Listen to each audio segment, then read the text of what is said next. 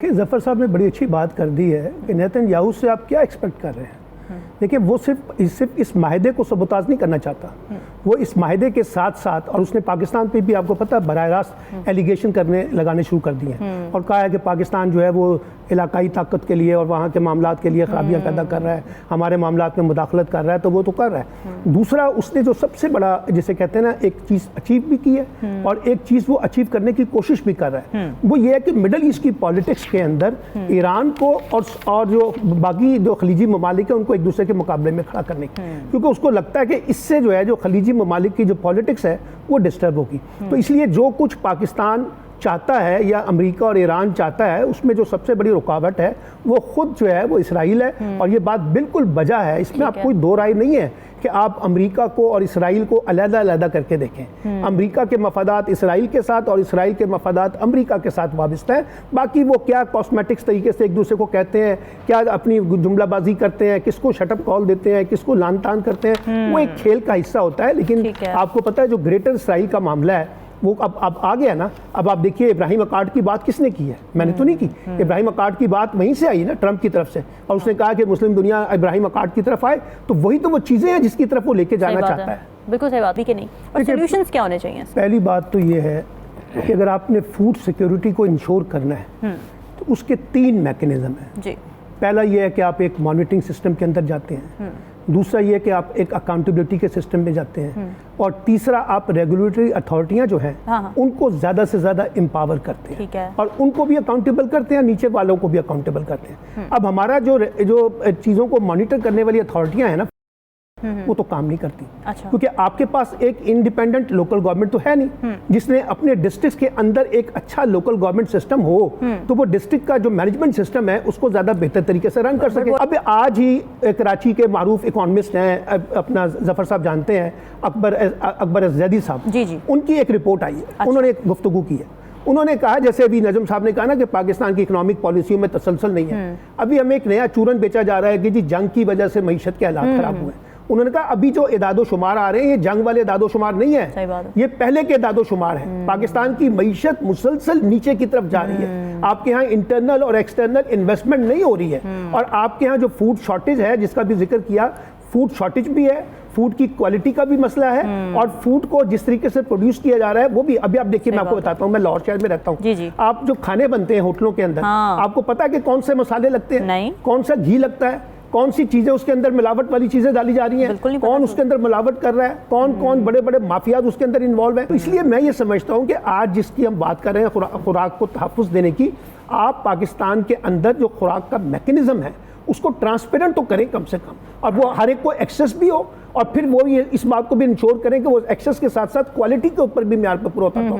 और क्वालिटी का तरीकाकार सिर्फ और सिर्फ ये होता है, दुनिया भर में अकाउंटेबिलिटी के साथ जुड़ा हुआ है। जब तक आप अकाउंटेबिलिटी के सिस्टम को ठीक नहीं करेंगे, आपकी फेडरल गवर्नमेंट्स, अब मैं आपको एक और मिसाल बताता हूँ, हमारी यहाँ प्रोविंशियल गवर्नमेंट्स क्या कर रही हैं, वो सारी की सारी इन अथॉरिटियों को ना अपने सूबे को अथॉरिटियों की बुनियाद पे चला रही है। अच्छा। अब वो साफ पानी की अथॉरिटी, अब आप मुझे बताएं, मैंने आपके पास यहाँ से बैठ के मिनरल वाटर पिया है, अभी मैं नलके से पानी तो नहीं पी सकता, तो इसका मतलब है पाकिस्तान में तो साफ पानी मिलने लोगों को मुयसर ही नहीं है। तो एक जमाने में 70s 80s में हम ये पानी तो नहीं पीते थे ना, तो इसका मतलब है अब ये साफ पानी लाहौर शहर में अवेलेबल नहीं है। आप राजनपुर की बात तो छोड़ दें, नवाबशाह की बात तो छोड़ दें, तो जब आपको साफ पानी नहीं मिल रहा तो साफ खुराक कहाँ से आएगी?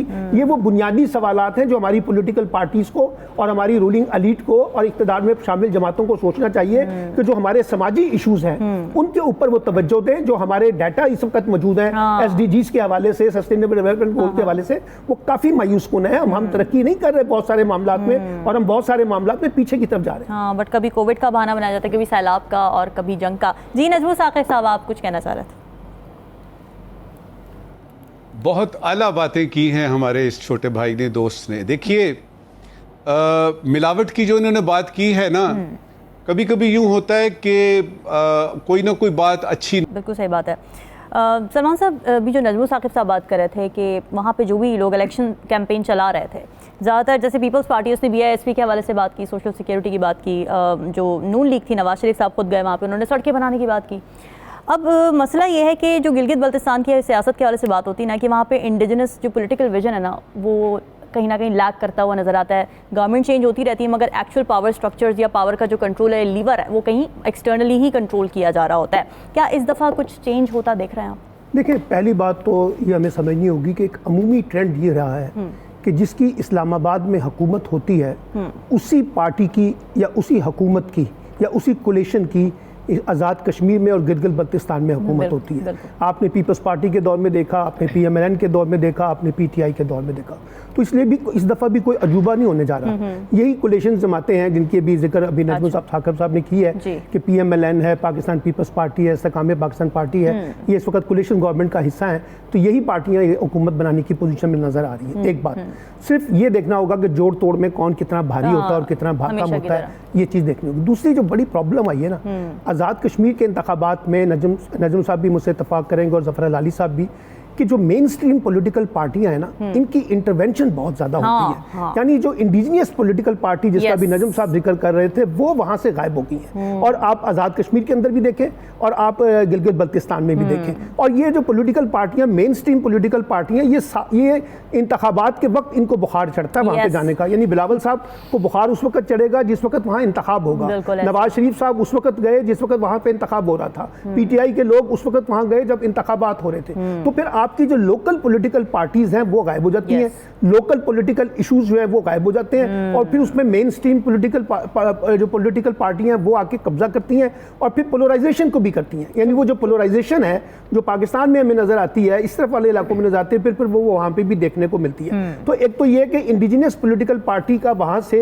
आउट होना, और फिर वो मेन स्ट्रीम पॉलिटिकल पार्टी का हिस्सा बन के ये इलेक्शन में जीत सकते हैं। यानी अगर वहाँ की लोकल पार्टियों ने इलेक्शन जीतना है तो उन्हें इन्हीं मेन स्ट्रीम पॉलिटिकल पार्टियों के साथ अलायंस करना पड़ेगा। एक बात। दूसरी बात यह है कि हमारे यहाँ इंतखाबात की जो शफाफियत है वो हमेशा से मुतनाज़ा रही है। 70 से लेके 2024 के इंतखाबात तक देख लें, तो इसलिए ये बहस भी बेमानी लगती है मुझे तो अब पाकिस्तान के अंदर इंतखाबात की शफाफियत के मामले में, कि कौन कितना इंतखाब शफाफ हुआ है, कितना होने जा रहा है। ये भी हमने लगता है कि पॉलिटिकल अरेंजमेंट होता है जो हम आमतौर पर करने की कोशिश करते हैं और एक सेटलमेंट करने की कोशिश करते हैं। लेकिन अब सवाल ये है कि देखिए, जो लोग वहाँ, जो लोगों के बुनियादी फंडामेंटल्स जो राइट्स हैं, उनके लिए जो अभी नजम साहब कह रहे थे, कितना पॉलिटिकल पार्टियां जो है उसके अंदर इन्वेस्ट करती हैं। अब आप देखिए ना, आप वहां पे जाके देखें गिलगित बल्तिस्तान के अंदर, मैंने वो सारा इलाका देखा हुआ है, आज़ाद कश्मीर में भी मैं गया हूँ।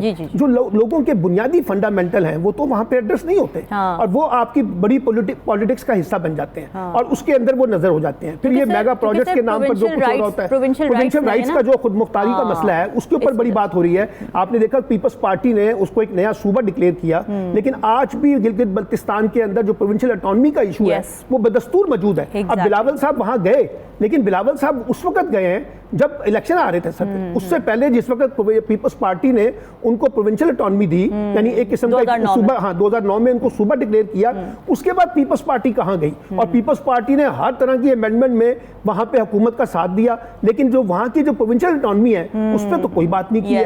तो इसलिए मुझे लगता है कि हमारी पॉलिटिकल पार्टियों को भी सीखना चाहिए कि वो कब तक ये जो आज़ाद कश्मीर हो या गिलगित बल्तिस्तान हो, वहाँ झूठे नारों की बुनियाद पे या खुशनुमा नारों की बुनियाद पे या फर्जी नारों की बुनियाद पे पॉलिटिक्स करेंगी। और अब दौर बदल गया है।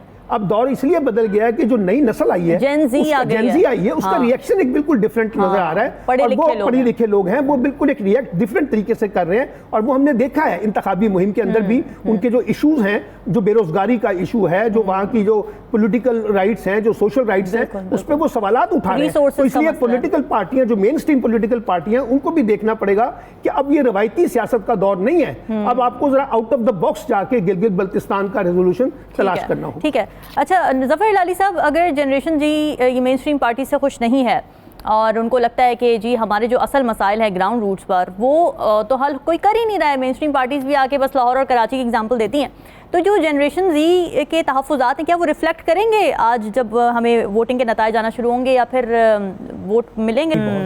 फिर जो मिडल ईस्ट की पॉलिटिक्स में हुआ, सऊदी अरब में हुआ, UAE में हुआ, कतर में हुआ, उसके भी हमने काफ़ी इम्प्लिकेशंस देखी हैं। तो इसलिए आज भी अमेरिका के मामले में ईरान उस तरह से एतमाद करने के लिए तैयार नहीं है जिस तरह से ईरान को एतमाद करना चाहिए। और ईरान इसके लिए ख़ास तौर पे चीन की तरफ देख रहा है, यानी उसको एक कहते हैं ज़मानत चाहिए, और वो ज़मानत के लिए एक बड़ा स्ट्रॉन्ग मुल्क देख रहा है। अच्छा। पाकिस्तान ने जो इसमें एक बड़ा रोल प्ले किया है, वो एक बड़ा कलीदी किरदार अदा किया है, जो एक ब्रिज का रोल था, यानी ईरान के दरमियान और अमेरिका के दरमियान और सऊदी अरब के दरमियान और ईरान के दरमियान और ख़ास तौर पे फिर चाइना के साथ।